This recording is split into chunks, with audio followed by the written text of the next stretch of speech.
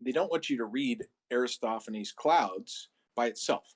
They want you No. to read Leo Strauss's interpretation of Aristophanes' Clouds, and then they want you to read Aristophanes' Clouds. And that, if that, I think mostly they want you to read, a book about a book rather than the source text. And there's a phenomenon, Yeah, they that's have known books in that are like cognitive. Introduction to Strauss, and they Well, have this like is called how to read priming. Strauss. Right. Yeah. In the cognitive psychology literature, this is called priming. And there are many case studies in cognitive psychology experiments where they can get people to give radically different answers and make radically different decisions just based on how they influence the environment around them before they're exposed to the actual question. Frank Luntz is the master of priming in political polling. Frank Luntz is the wealthy political consultant and pollster who had who's probably going to be the next Speaker of the House, Minority Leader Kevin McCarthy, living with him almost rent free, I believe, in his mansion in D.C. So Frank Luntz is more than just the goofy Fox News TV poll expert. He's a bit of a mover and shaker and player in and of himself, as you might expect from somebody who's obsessed with persuasion. But Frank Luntz's major breakthrough, I guess, or his niche in polling was figuring out how to craft a question to get the answer that the politician wanted from the poll and not the actual polling result, which tells you a lot about the fallibility and believability of political polling, that it's mostly just Right. something tailored to a customer to give him what he wants out of it and show him that he's doing better. And that's really what he's paying for. He just wants his campaign to have high morale. So, like, yeah, well, when I phrase a question the right way, you're doing better than we thought. So yes, it's rabbinical, it's Talmudic, it's pilpul at the heart of it. They'll just argue you down to death.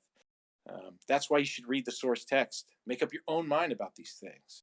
Like, understand the difference between what somebody wants you to think versus maybe, like, I don't know, what the fuck does Leo Strauss know about what life was like 3,000 years ago or something? Maybe he's just trying to get me to believe something that's expedient.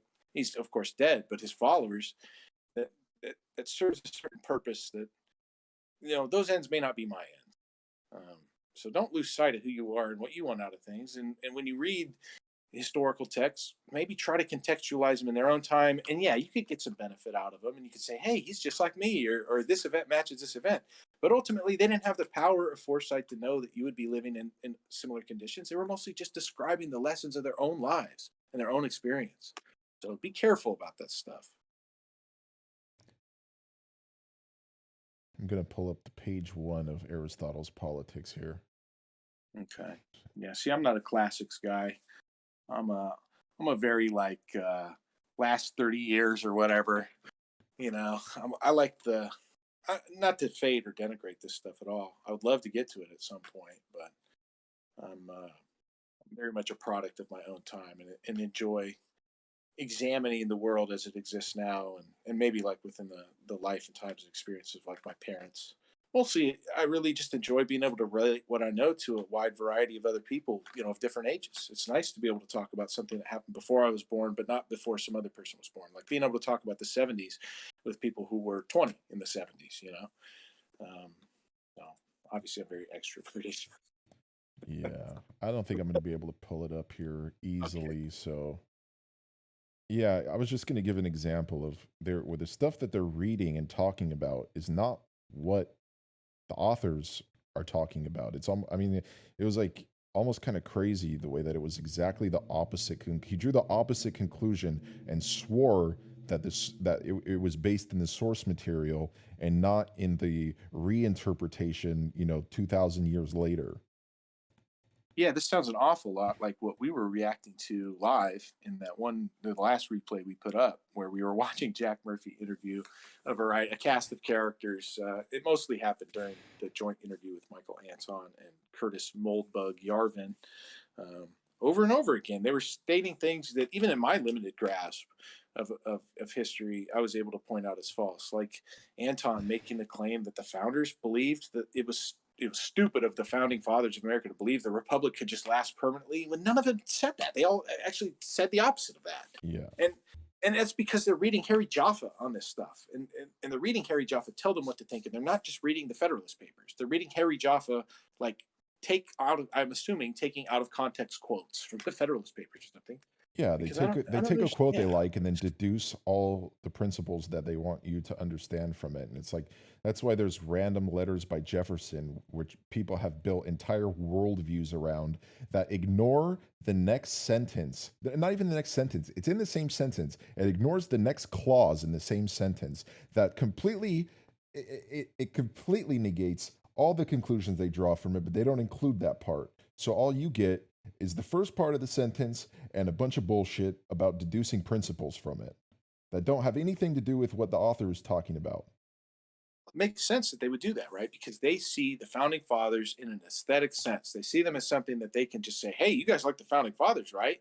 Right. And then they Yeah. just take their own political views, like Ron Chernow did in his biography of Hamilton. He just took his own political views and lied about Alexander Hamilton. He just inserted his own views about economics by saying like, "Oh, hey, free trade and globalism, yeah." So the Alex Hamilton was into that too, just like me. And it's just a bald-faced lie. It's a lie. Like it contravenes the actual words of the founders, but they don't want you to get into that mode and think about what the founders actually Right. wanted. They're scared of that. They're scared that you'll actually be strengthened and take your cues from these geniuses that built this thing out of nothing that ended up kind of inspiring all of nationalism that ever existed after that. I mean, that all followed the American experiment. That's what the European revolts of 1830, 1848. That's the precursor. The French Revolution. That's the precursor. Yes, there were a lot of problems with that. It doesn't mean that And early liberalism or whatever was perfect, but that doesn't give you a dispensation to lie about what the founding fathers believed in, just so you can gradually reshape American politics toward your positions by putting on the vestments of the founding. Like that people, they know to respect the founders. And so when somebody's like, yeah, George Washington, globalist free trader. George Washington actually wanted Mexicans to come over the border and work as an underclass for pennies on the dollar and live in shacks. So you could have cheap strawberries. Actually, strawberries won't be any cheaper. I'll just make more money off strawberries than I did before through labor arbitrage. But yeah, I mean, it's you can understand the ends that it serves. Maybe the best way to do that is, you know, read read the source yeah, text but and the then way read the that they get Jaffa interpretation. the Right? way they get Read it people back. into this stuff is they sell it as this is teaching you how to read carefully. You're reading carefully and you're breaking it down, analyzing it, and but you don't get the original source material, so you're just reading the reinterpretation, but more carefully. I guess you're supposed to apply a certain method of analysis, but Yeah. not to the whole body of the original work, just to the bits and pieces that are given to you through the eyes of the guy who's writing the reinterpretation. That's not reading carefully. That's just being lazy, basically. I mean, Well, if you really wanted to go through and digest all this stuff, like I was reading the discourses on Davila and I was reading the Defense of the Constitutions by John Adams, and there's nothing in there that's liberal or utopian or, I mean, he doesn't really care for the monarchy, I guess, which is one thing that they like to harp on and say, oh, that definitely means that he was a Democrat or whatever. But John Adams didn't believe in democracy. This was not well, anything real that they were talking about. You're you got to getting remember too. Well, like guys like Glenn Elmer's, and I believe Williams brought this up too. Like they were direct students of Harry Jaffa. Chuck Johnson even was it? I think Chuck Johnson claimed right that he was like one of Harry Jaffa's last students. I think so. So their introduction to the classics was through the lens of Their someone like Harry professor, Jaffa. As a professor, he introduced right? them to these works in a classroom environment. When and he would have them read week, probably you can imagine how it would go, right? He would have them read week by week or something through these texts. In many cases in college, you don't complete an entire book in a literature No, course. You just go through some portion of it where they want to make a point about the text. And you're so overworked, you'll probably never come back to it and read it on its own, ever later in your life. You will believe that you understood Aristophanes' clouds or whatever because Leo Strauss taught you for like 5 weeks at the University of Chicago about taught Aristophanes' clouds. yeah, he taught And you that'll his become your whole shortcuts. worldview about the classics. Yeah, but those shortcuts also serve an end, right? And we know what those ends are because we can examine the political history and of the Straussians. We can see what the Team B guys. I would encourage everybody to look that up. Team B were the group of early and young neocons at the Department of Defense under Paul Nitze, who was not a Straussian but was a hawk. Um, in kind of classic terms, Paul Nitze was the hawk to George Kennan's dove. And in their own time, they were kind of referred to as those things. But the Team B guys were kind of the strategic core of what became the George W. Bush administration's neoconservative foreign policy. They were Straussian up. If you read the opening maybe 20 or 30 pages of George Packer's book, Damascus Gate, or no, Assassin's Gate. That was what it's called. Damascus Gate's a novel by Robert Stone. But in the beginning of Assassin's Gate, that's a really good, just like breakneck run through of who those guys were and where they came from. And it's Strauss, Strauss, Strauss, Strauss, Strauss. That didn't mean anything to me at the time when I read it, and now it means a lot more, obviously. But we can see what the Straussians hath wrought, right? We can see what the Claremont guys potentially hath wrought. You can probably go and look at the history of their fellowships um, and see how they and what governments they worked in and to what end. So we're not just guessing about the outcomes of this type of behavior. Like it has a track record, and now it's desperate to keep from being, I guess, broomed into the ash heap of history because it's a 40-year-old institution at this point. I don't know, you Yeah. know, I And don't know how much longer you can really go in realignments in terms of that. I mean, the neoconservatives really only had a grip and power in America for like 40 years. And that's just kind of how those things go. Strauss and Howe claim that that's like the period of political realignment in American political parties. It's 2 generations. That's about all you're going to get before you fuck it all up. And the young rebels kick the door in and wait to get old and fuck it all up themselves.